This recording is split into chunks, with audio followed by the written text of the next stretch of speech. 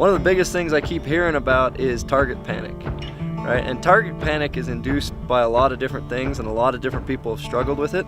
I'm still using a caliper style release, and one of the biggest things that I've noticed is I've got a static range here out to 120 yards, and a lot of times if I don't feel comfortable with the shot, I'll let that shot cycle down. I think a lot of target panic is induced in your brain is saying, I gotta fire the bow now, and you squeeze the trigger when the pin isn't exactly where it should be. So a lot of guys switch over to a thumb style or hinge style release where you have to use back tension and you can't quote unquote punch that trigger. I have no problem with that, and you know, it seems to work for a lot of people, and everybody in the Olympics uses one, so there must be something to it.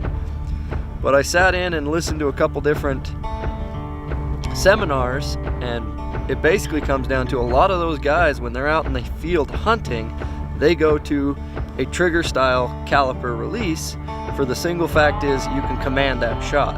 If I have an elk walking through a couple trees and I know that I've got to thread it and I've got to shoot him here, having a release that I don't know when the bow's going to go off is a really bad deal, because that could end up making a worse shot than even you ever intended.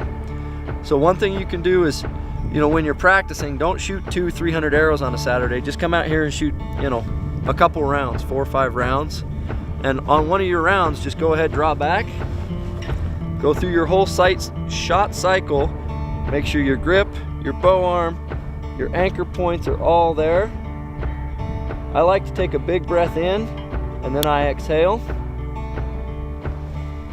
And I'll sit here and I'll go through this whole shot cycle.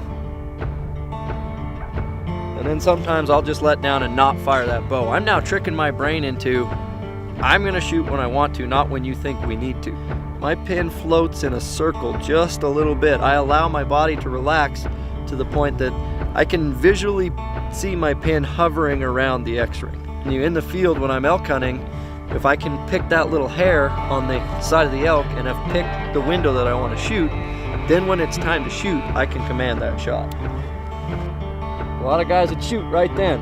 Their brain's saying, shoot, shoot, shoot, 1 second in. And you could take your cell phone out, film yourself, and just give yourself a count. I mean, you don't need to be holding your bow for 30, 60, 90 seconds every shot. If you can get through your shot routine pretty quick, get anchored, and get on target, you can do just fine. But again, that's one of the biggest things I've heard and read about, people ask questions about, is target panic. And I seem to do just fine shooting lots of critters with the same true fire fold back.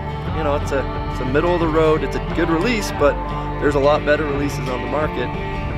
I mean, I've heard a lot of guys talking about going to a bag of hinge style releases, and there's nothing wrong with that, other than, you know, when you're you've got that whitetail running right under your tree stand, you come to grunt and you need to shoot right now. Trying to go through that shot cycle with a hinge style release can be much more complicated than it needs to be.